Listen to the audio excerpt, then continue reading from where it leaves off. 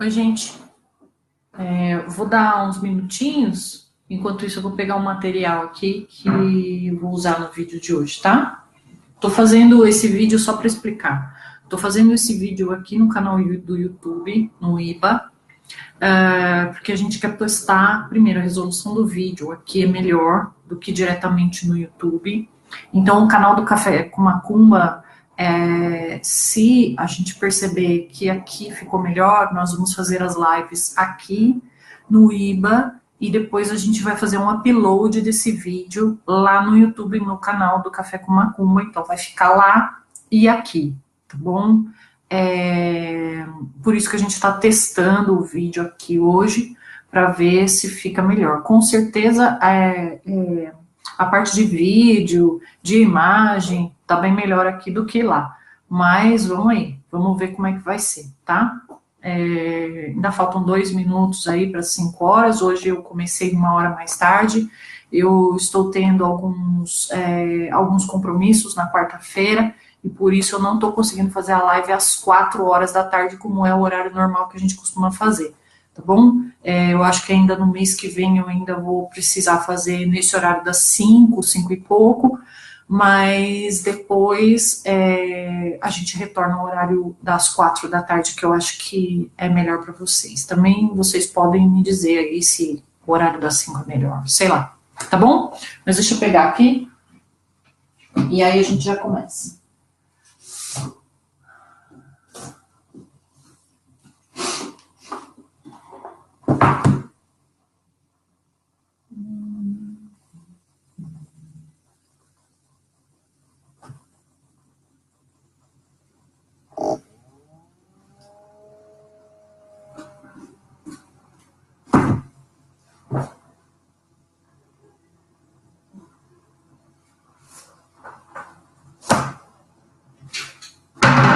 Vou pegar esses aqui, eu vou pegar alguns do lado de lá. Oi, Miriam.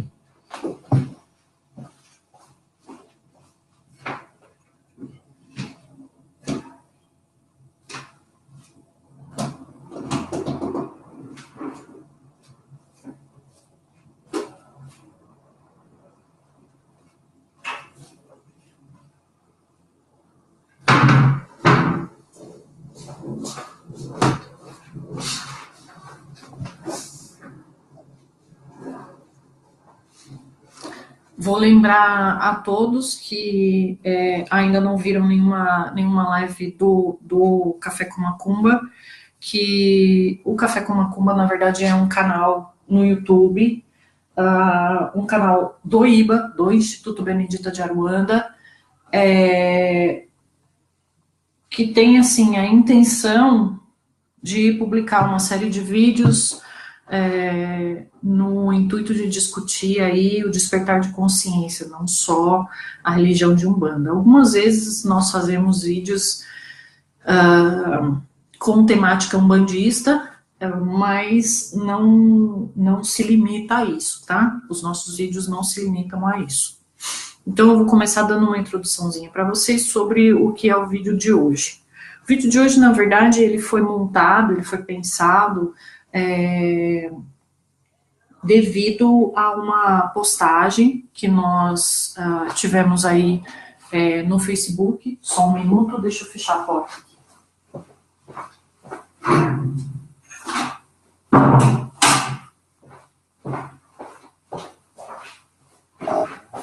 Hoje eu tô andando pra caramba, né? Então, esse vídeo, ele foi pensado, a temática desse vídeo foi pensada devido a uma postagem que aconteceu aí no Facebook e que a gente acabou pensando, poxa, por que não discutir isso lá no Café com Macumba, né? E a postagem dizia mais ou menos assim: nasceu no Brasil porque deve ter feito alguma meleca muito grande numa vida passada. E aí, claro, as opiniões divergem. Alguns dizem que não é um ato de punição nascer num país como o nosso, e outros dizem que sim, que é um ato de punição divina ou algo parecido, karma, ter nascido no nosso país, tá, gente? O que eu vou entregar para vocês aqui hoje são informações, leituras, contatos que eu tive. Pode ser que você tenha tido outras informações, você tenha lido outras publicações, e pode ser que você chegue a uma outra conclusão. Você pode não concordar com nada disso que eu vou apresentar aqui hoje, é normal, tá? Mas tem duas coisas que, se você não acredita e não adere, talvez esse vídeo não seja para você.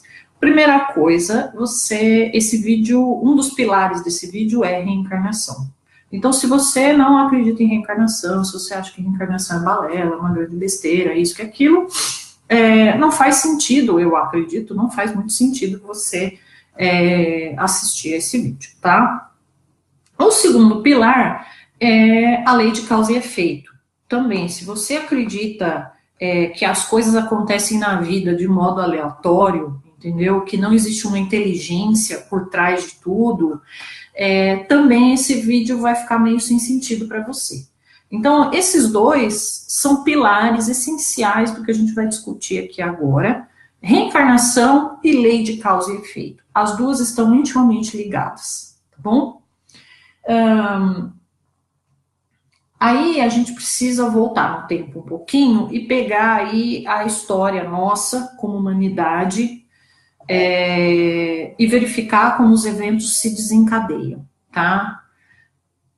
Primeiro, nós tivemos na história da humanidade vários e vários grandes impérios, tá? Podemos citar aí sumérios, persas, egípcios, romanos, hoje mais claramente, né, Estados Unidos, talvez Canadá, Europa, né, o continente europeu todo, são grandes impérios, tá bom?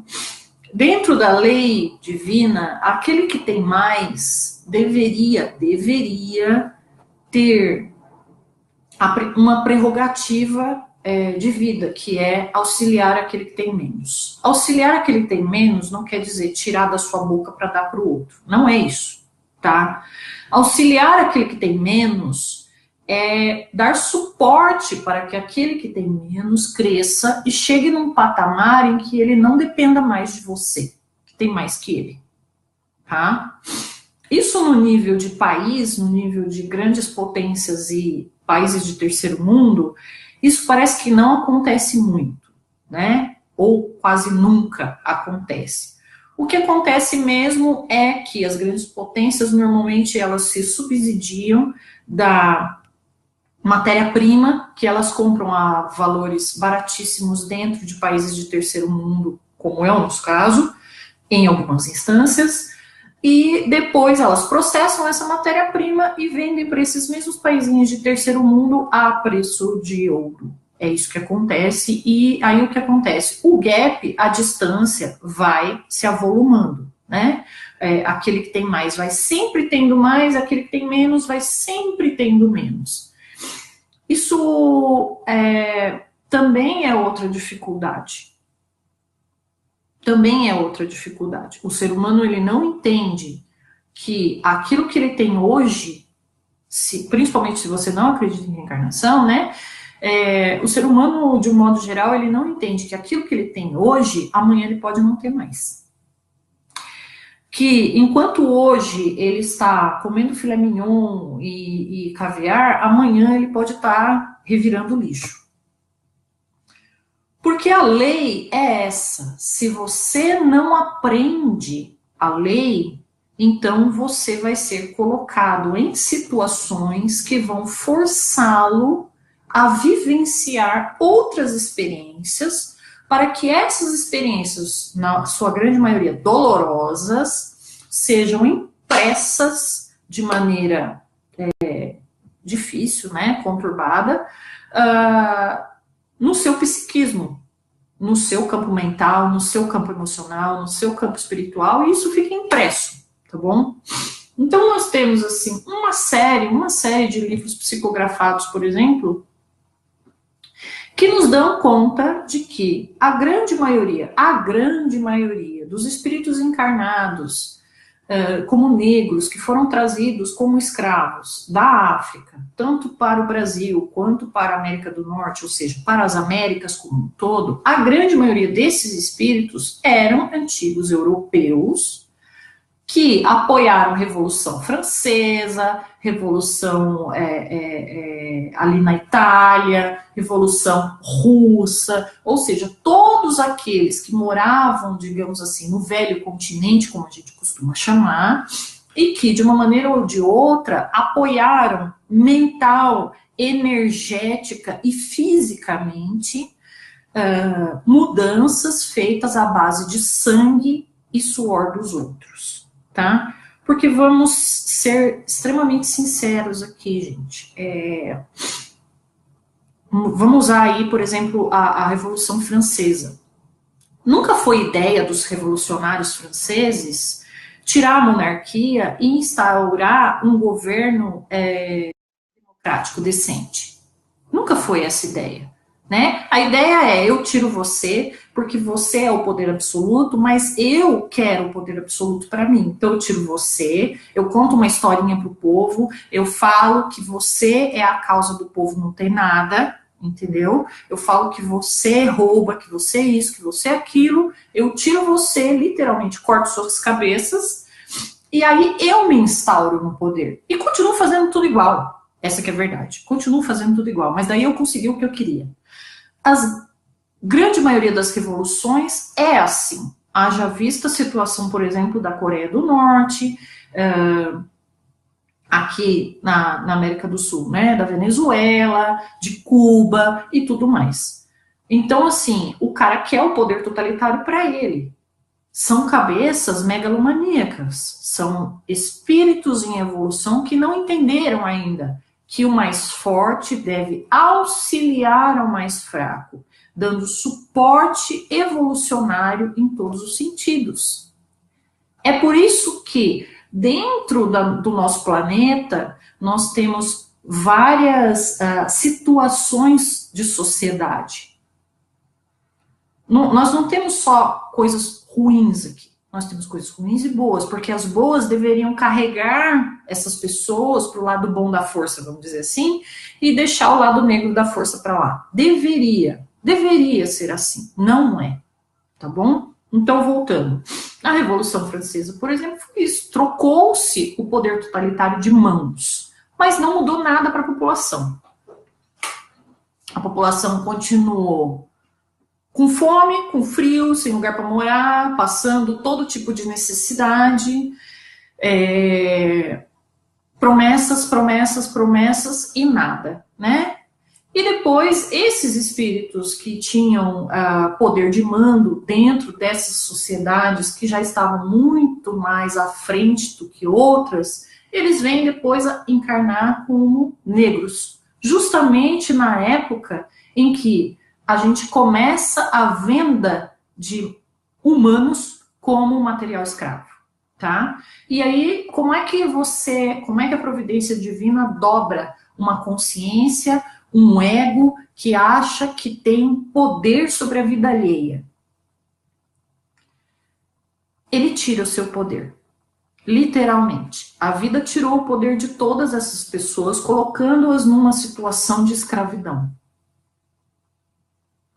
E aí, a grande maioria, são vários livros, tá, gente, psicografados, vocês podem achar por aí, inclusive do Chico, da Zíbia, se não me engano, já li algumas coisas. Deixa eu ver, talvez esse aqui, ó. Esse aqui o Rochester é um autor espiritual que é muito politizado, né? Ele fala muito, principalmente, o pessoal, a FEB, a Federação Espírita Brasileira, não gosta muito do Rochester, justamente porque ele fala sem dó nem piedade de judeus, de comunistas, disso, daquilo, como se fossem a escória da sociedade na época em que ele viveu, né? É difícil até às vezes ler, mas esse livro em questão é muito interessante porque ele tem um viés político muito bom, e visto por alguém que já está do lado de lá. de novo, você tem que crer, para você participar desse vídeo, para você entender do que eu estou falando, você tem que acreditar em reencarnação, e você tem que acreditar que um espírito morto é capaz, oi céu, é capaz de escrever através de um médium psicográfico, tá bom? Então, esse aqui é um livro bom para se ler e tentar entender essa migração de almas entre estágios de sociedade. Estágios de sociedade, tá bom? Então, o que a gente vê, o que a gente verifica é isso. Toda sociedade que desmorona e que insufla ódio, divisão, sangue, fome e tudo mais, esses espíritos depois, eles são colocados à prova em outras experiências. Ah, isso é punição? Gente, não é punição. É a lógica da vida. Você colhe aquilo que você planta. Você plantou, desculpa, você plantou a ideia de um poder totalitário. Você plantou a ideia de que as pessoas, o povo deve trabalhar para você. Você plantou a ideia de que você precisa de muito e que os outros não precisam de nada. Você plantou essa ideia. Então agora essa ideia vai fazer parte da sua vida. Como? Através da escravidão, na grande maioria das vezes, foi isso que aconteceu. Encarnaram como escravos, como negros na África e foram trazidos para cá como escravos, tá? Muitos deles comeram um pouco de diabo amassou, né?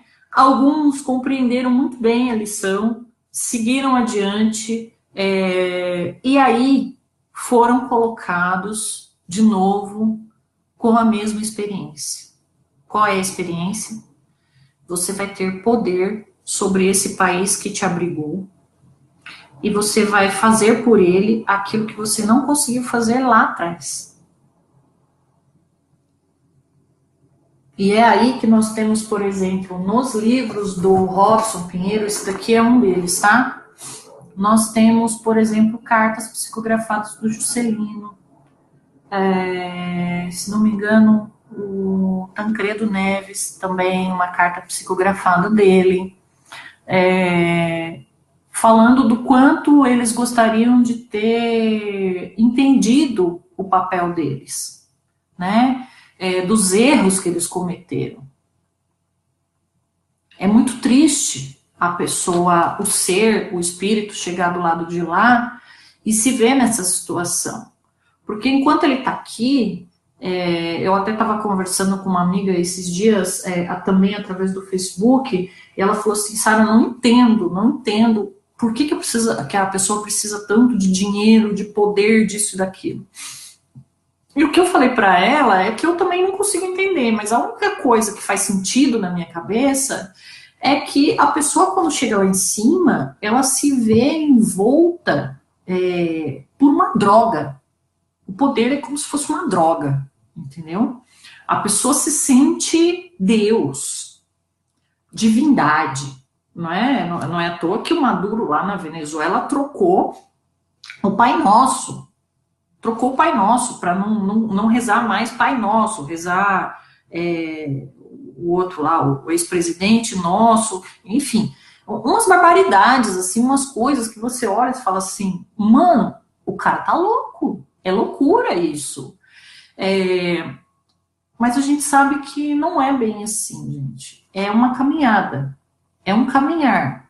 A pessoa tava lá, fez porcaria, nasceu numa situação pior, comeu pão que o diabo amassou, agora está tendo uma segunda oportunidade, ou terceira, ou quarta, não sei, de exercer o poder de forma sadia, e não está conseguindo. Não está conseguindo. Esse livro aqui, em especial, é o primeiro de 3, acho, 3 ou 4, uma coisa assim. E fala justamente dessa nossa situação política que vem aí desde o impeachment da nossa ex-presidente até os anos mais recentes, tá? É muito interessante. Claro, não é tudo que eu aproveito, tá? Em todo livro, gente, toda publicação, a gente deve manter o discernimento, ok? A gente deve manter o discernimento. Mas é muito interessante aqui a correlação que ele faz entre os nossos governantes hoje, que estão aqui e que estão eleitos, ou já não estão mais eleitos, mas continuam influenciando a direção do nosso país. É muito interessante a correlação que ele faz com reencarnações de ditadores mesmo, de Lenin e de todo aquele povinho do lado de lá, Europa, Rússia, todo o velho mundo, tá bom? Então, isso que eu tô falando para vocês, o livro mais recente que fala muito sobre isso é esse aqui, e os outros 2 ou 3 que também fazem parte dessa trilogia, tá bom? Mas vamos lá. Baseado nisso, é uma punição ou é uma bênção nascer no Brasil? Gente, tem um livrinho que chama, eu não tenho ele aqui, se chama Brasil, Coração do Mundo, Pátria do Evangelho. Do Chico, se não me engano, discografia do Emmanuel, ou do André Luiz, uma coisa assim, não me lembro mais. É um livro bem antiguinho, né? E que fala justamente sobre a junção de raças aqui nesse nosso chão, né? Fala inclusive do formato do nosso país, que se a gente desenhar assim um formato à mão solta, à mão livre, é o formato de um coração. É muito bonito assim o conteúdo desse livro, né? Eu me lembro até das palavras da minha guardiã nesse último trabalho, que ela dizia: o que eu vejo quando eu olho estava olhando para minha filha, né? Quando eu olho para uma criança, eu vejo potencial. E realmente, dentro desse livro, a gente verifica quanto potencial, enquanto crianças espirituais que somos todos, né? O quanto de potencial esse país tem. E por isso mesmo é um dos países, para mim, na minha visão, mais ricos do mundo, em todos os sentidos. Em diversidade cultural, em diversidade genética, em recursos naturais, em tamanho geográfico, em extensão de costa litorânea. E também é um país assim, onde nós não temos tornados, a gente não tem terremotos, nós não temos nenhum vulcão no Brasil. Então, quer dizer, nós temos todas as variáveis a nosso favor. O problema é, nós somos um grande amálgama, um grande conjunto de seres, de espíritos que vieram já de sociedades que queriam crescer e a gente já não se encaixava mais lá, né? Nós já não tínhamos mais condições de viver em sociedade numa França, numa Espanha, numa Itália. A gente não tinha condições mais de viver lá. Por isso nós estamos aqui. Então, de um certo modo, nós somos abençoados, porque foi nos dado uma oportunidade, uma chance de recomeço dentro do melhor cenário possível. Melhor cenário possível. No entanto, também nos foram impingidas, nos foram colocadas todas as travas que nós quisemos colocar lá e não conseguimos. Todas as travas que nós fizemos com que muitas pessoas sofressem, enquanto nós, enquanto povo, não é assim? Tentamos explorar. Não é à toa que o brasileiro é explorado, gente. Nada acontece por acaso. Nada, absolutamente nada. Atrás de tudo tem uma inteligência. Eu acredito, ou talvez o meu coração queira acreditar, que nós estamos num momento de ruptura, um momento em que já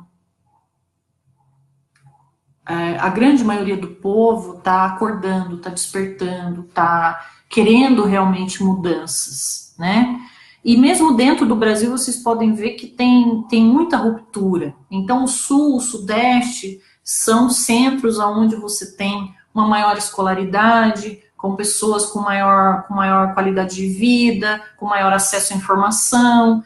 Oi, Ale. E aí, aqui a gente acaba querendo uma mudança e conseguindo eleger, talvez, senadores, vereadores, deputados um pouquinho melhores, né? Um pouquinho mais associados a essa nossa ideia de mudança, a essa nossa ideia de uma menor intervenção do Estado, a essa nossa ideia de revisão das contas públicas, de corte de privilégios e tudo mais. Mas em uma grande quantidade aí de pessoas, esse Brasilzão, esse interiorzão, esse monte de gente aí que não tem acesso a nada, gente, nós temos que entender o seguinte, nós temos comunidades que nunca viram celular na vida. Nunca viram celular na vida. Não sabe o que é Facebook, não tem Instagram, não tem WhatsApp, não tem nada. Então, de novo, por um certo lado, é karma, sim. Sempre é karma. Você sempre vai nascer no lugar onde você precisa nascer para rever seus valores. Sempre, sempre, sempre. E se você teve que renascer aqui, num país onde há tanta desigualdade, onde existe tanta falcatrua, tanto ladrão, tanta palhaçada mesmo, né? É porque você precisa rever os seus valores com relação a tudo isso. Fora um tanto de outras pessoas que nascem aqui por vontade própria, porque pedem para vir para cá. Não, eu quero nascer lá, eu quero fazer diferença, eu quero ser eleito e eu quero. E quando chega lá em cima, não consegue fazer nada. Não consegue fazer nada, parece que, sabe, a mente fica nublada, a pessoa se vê envolta pela ideia de poder e dinheiro a qualquer custo, não é? E estamos aí, minha gente, entendeu? Então, a minha ideia ainda é a de sempre.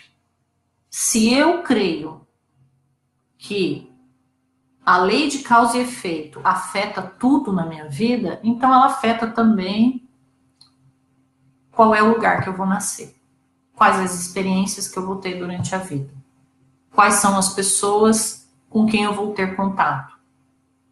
Agora, pode acontecer, tá? Nasci aqui e mudei a minha vibração, mudei quem eu sou por dentro, consegui me desvencilhar de um monte de coisas. Né? Me tornei uma pessoa melhor. Pode ser, cheguei nos 30, 40 anos, fui embora. Fui para os Estados Unidos, fui para o Canadá, fui para a Irlanda, fui para a Suécia, fui para onde quer que seja. Mas por quê? Já estou merecendo. Quanta gente, e isso vocês podem procurar no YouTube, tá? Procura no YouTube, tem um monte de vídeo de gente que fala assim, nunca mais eu volto para os Estados Unidos. Nunca mais. Lugar horroroso. Por quê? Porque o cara não combina, gente, não combina ainda. O lugar dele é aqui. Por pior que seja, o lugar dele é aqui.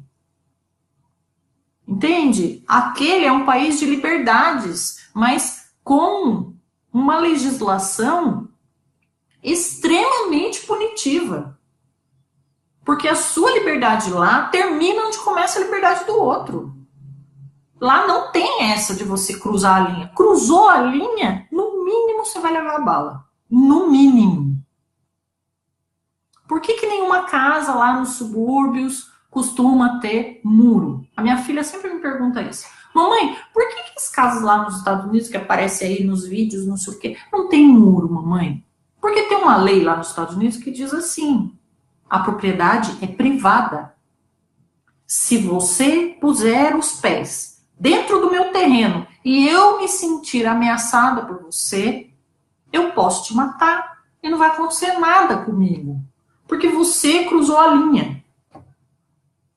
E é por isso que as pessoas tomam maior cuidado para não invadir o do outro. Então, para nós, é uma realidade dura, porque o brasileiro está acostumado a ser folgado, né? A se espalhar. Onde ele chega, ele se espalha, ele invade, ele põe o som alto, ele faz o diabo a quatro. Então, é uma realidade difícil para algumas pessoas. Tem muita gente que não consegue. Outros vão e amam, adoram e nunca mais voltam. Por quê? Porque a pessoa está vibrando naquilo. Aqueles valores fazem, ecoam no interior da pessoa, entende? Os valores ecoam no meu interior. Então, eu me sinto em casa. Me sinto em casa. Para responder, por fim, a pergunta, que eu acho que já está mais do que respondido, né? Nascer no Brasil é, sim, parte do seu karma. É. Você nasceu aqui porque você precisa das experiências que você tem aqui, nesse país. A sua evolução, a sua mudança interna, a sua reforma íntima, a maneira como você administra tudo aquilo que acontece com você aqui, vão determinar, claro, se você vai continuar nascendo aqui, se você vai nascer em outro lugar, se você vai, de repente, se mudar durante a sua vida para um outro local, e por aí vai. Como tudo na vida. A lei de causa e efeito também atua sobre o seu país, o país onde você vai nascer. Seria imaturo da minha parte achar que a lei de causa e efeito só está presente em algumas parcelas da minha vida, né? Sim, seria imaturo da minha parte achar assim, não, eu nasci aqui, mas isso aqui não tem nada a ver comigo. Isso aqui não, né? A gente vive falando isso, não, o Brasil não tem nada a ver comigo, eu devia ter nascido na Suécia. É mesmo? É mesmo? Será? A gente precisa lembrar de uma coisa, gente. A lei divina, a lei de causa e efeito, a lei das afinidades, ela não comete erros. Não existe. Deus não erra. A divindade não erra. Quem erra é espírito humano. Tá certo? A gente erra. A divindade não. Então a gente pode até brincar assim, eu devia ter nascido na Suécia, eu devia ter nascido na Suíça, podia estar lá no Canadá. A gente pode até brincar. Mas no fundo, você está aonde você merece estar. Você nasceu aonde você merecia nascer. A sua vida é exatamente aquilo que você precisa para aprender a ser melhor. Exatamente. Então, é uma bênção, sim. Porque, de novo, nós nascemos no país mais rico do mundo. Num dos países com as belezas naturais mais estonteantes do mundo. Num dos países com a maior diversidade, biodiversidade, genética, enfim, a gente tem tudo para ser, assim, realmente o coração do mundo, a pátria do evangelho, o celeiro do mundo. A gente tem tudo isso na mão. Mas cabe a cada um de nós fazer esse futuro. Com relação a essa última greve, por exemplo, muita gente malhando e falando assim, a pessoa foi lá, apoiou os caminhoneiros, mas está na fila para comprar a gasolina a R$5 o litro, R$6 o litro, sei lá. Gente, vem aqui para São Paulo, tá? Venha para a capital paulista, venha morar aqui e tente usar, se você tem carro, tente trocar o seu carro pelo transporte coletivo. Hoje eu tentei fazer isso, por exemplo, tá? Por uma questão também que eu acredito que a gente precisa começar a dar um pouco mais de mobilidade, um pouco mais de liberdade às nossas crianças.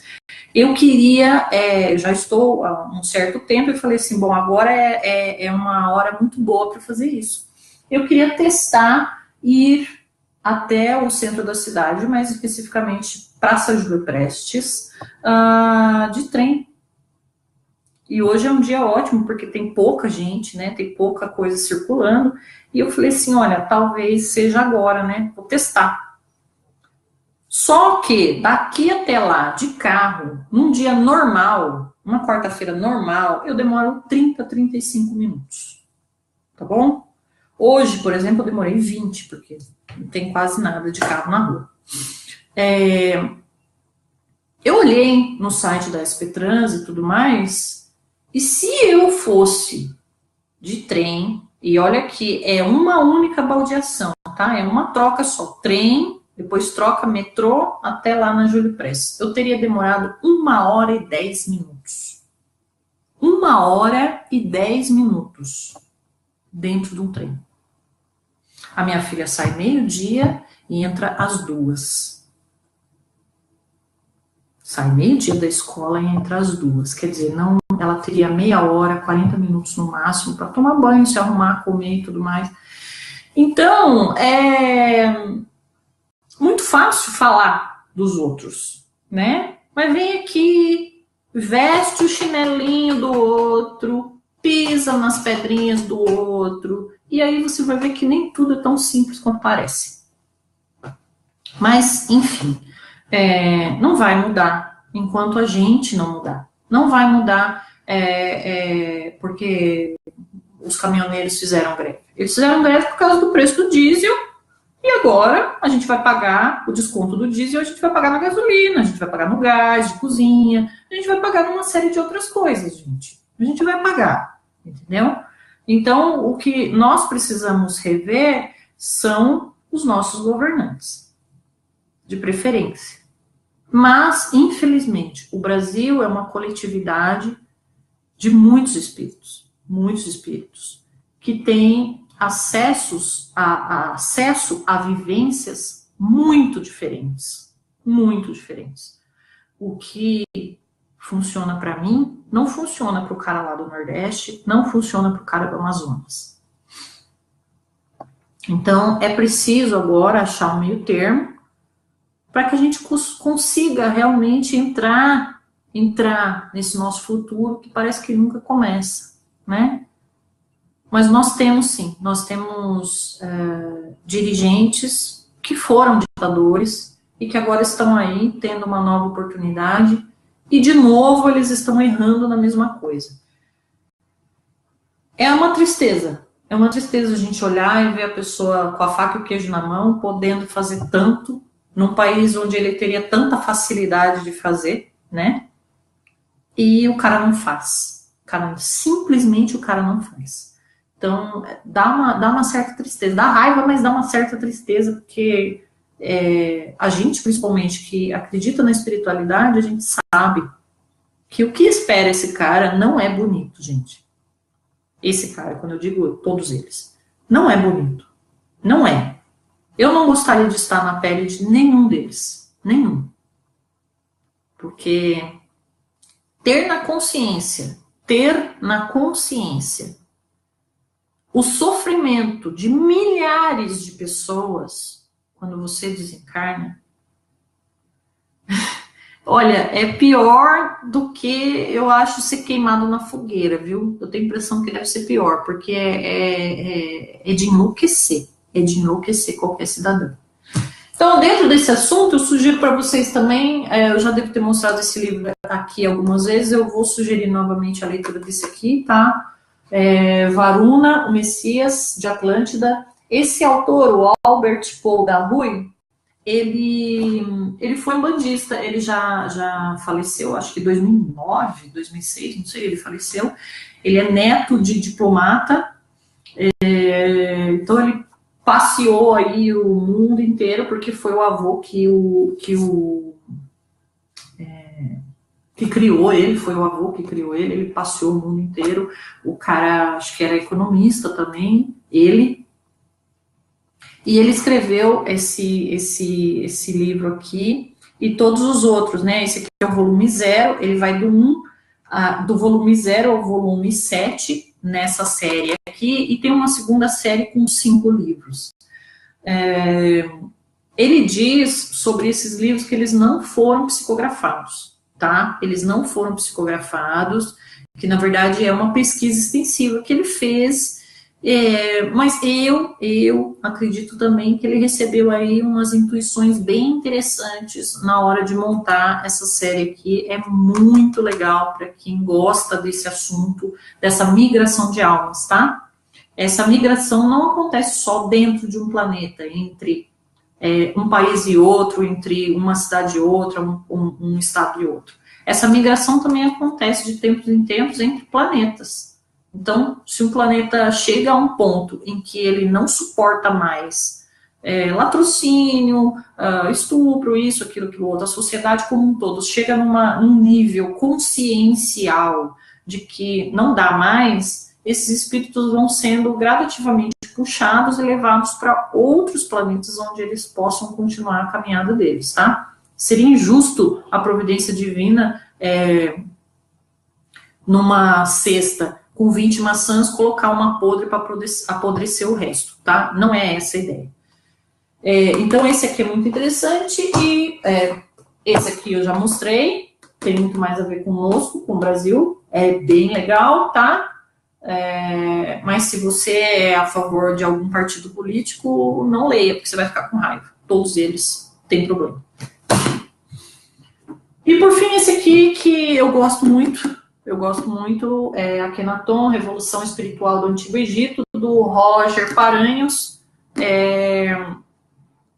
Também fala de como a espiritualidade tentou a todo custo fazer essa implantação da ideia de uma mente superior, uma fonte única, um Deus único, nós chamamos de Deus, né? Mas é uma fonte, uma energia inteligente única, da qual tudo emana e de que nós somos, então, todos irmãos.